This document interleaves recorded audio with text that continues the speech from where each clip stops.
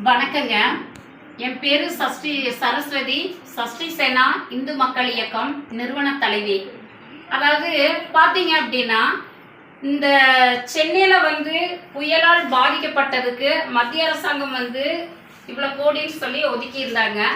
அதில் பார்த்தீங்க அப்படின்னா, நமது மாநில அரசு, அதாவது ஸ்டாலின் அவர்கள் தமிழக முதலமைச்சர் ஸ்டாலின் அவர்கள் 6000 ரூபாய் ஒதுக்கி இருக்கிறோம் அப்படின்னு சொல்லியிருக்கிறாங்க. இது பாத்தீங்க அப்படின்னா முழுக்க மாநில அரசு வெறும் 600 ரூபாய் தான் கொடுத்துருக்குது. மத்திய அரசாங்கம் இந்த புயலால் பாதிக்கப்பட்ட சென்னையில் இருக்கக்கூடிய 4 மாவட்டங்களுக்கு பாத்தீங்க அப்படின்னா 5400 ரூபாய் ஒரு குடும்பங்களுக்கு வரவு வச்சு கொடுத்துருக்காங்க. இது மாநில அரசாங்கத்தினுடைய பங்கு பாத்தீங்க அப்படின்னா வெறும் 600 ரூபாய் தான்.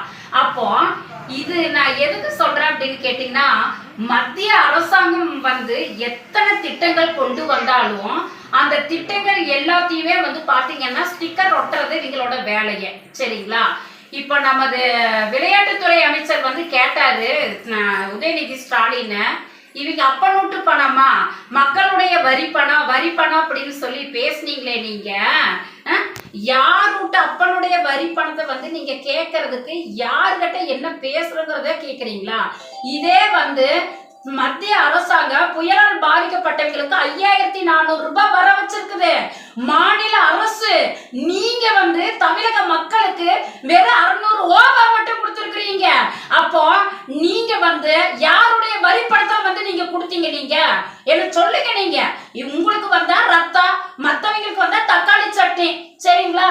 அதே மாதிரி பாத்தீங்க அப்படின்னா மத்திய அரசாங்கம் பாரத பிரதமர் மோடிஜி அவர்கள் தலைமையில் இயங்கி கொண்டிருக்கின்ற இந்த மத்திய அரசாங்கம் தமிழகத்திற்கு பாத்தீங்க அப்படின்னா நிறைய திட்டங்கள் அறிவிச்சிருக்கிறாங்க. ஆனா அந்த திட்டங்கள் எல்லாத்துலயுமே பாத்தீங்க அப்படின்னா மாநில அரசு ஸ்டிக்கர் ஒட்டிடுது. அதே மாதிரி மக்கள் மத்தியில விழிப்புணர்வு கிடையாது. இப்ப பாத்தீங்க அப்படின்னா இன்னைக்கு மீண்டும் மோடி வேண்டும் மோடி வருகின்ற 2024ஆம் ஆண்டு பாரத பிரதமர் மோடிஜி அவர்கள் தலைமையில் மீண்டும் மோடி அவர்களே ஆட்சியில் அமர வேண்டும்.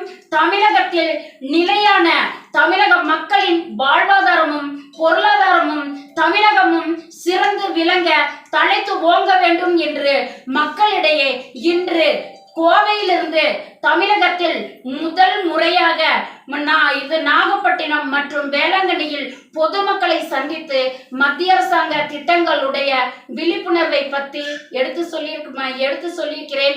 மேலும் மக்களிடையே பாஜகவிற்கு மிகப்பெரிய வரவேற்பு கிடைத்திருக்கிறது. அதே மாதிரி பாத்தீங்க அப்படின்னா சேலத்துல நமது தமிழக முதலமைச்சர் மாடர்ன் தியேட்டர்ல போய் நின்று செல்ஃபி எடுத்திருக்கிறாரு. உடனே என்ன பண்ணிட்டாரு, செல்ஃபி எடு ஆட்டைய போடு. இதுதான் இன்னைக்கு பாத்தீங்க அப்படின்னா எக்ஸ் தளத்துல ட்ரெண்டா போயிட்டு உட்கார்ந்துட்டு இருக்குது. இவங்களுக்கு ஒரு இடத்த புடிச்சிருச்சு அப்படின்னா போது உடனேயே அதுக்கான ஸ்டெப் எடுத்துருவாங்க. அதனால பாத்தீங்க அப்படின்னா முடிஞ்ச வரைக்கும் தமிழகத்தில் மத்திய அரசாங்கம் என்னென்ன திட்டங்கள் கொண்டு வருகிறது, அதில் மத்திய அரசாங்கத்தினுடைய பங்கு என்ன, மாநில அரசாங்கத்தினுடைய பங்கு என்ன என்பது மக்களிடையே விழிப்புணர்வு இருக்க வேண்டும்.